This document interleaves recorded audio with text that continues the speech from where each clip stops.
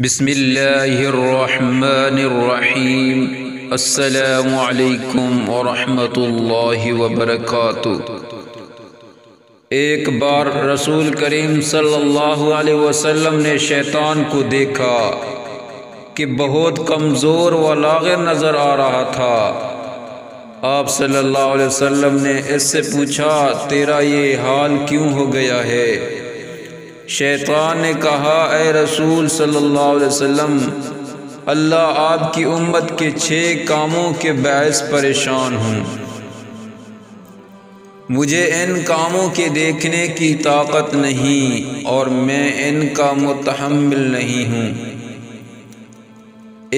جب ایک دوسرے سے ملاقات کرتے ہیں تو سلام کرتے ہیں، ایک دوسرے سے مصافحہ کرتے ہیں، ہر کام کا ارادہ کرنے سے قبل انشاءاللہ کہتے ہیں، گناہ ہو جائے تو استغفار کرتے ہیں، آپ کا نام سنتے ہی درود پڑھتے ہیں، ہر کام کی ابتدا میں بسم اللہ الرحمن الرحیم کی تلاوت کرتے ہیں۔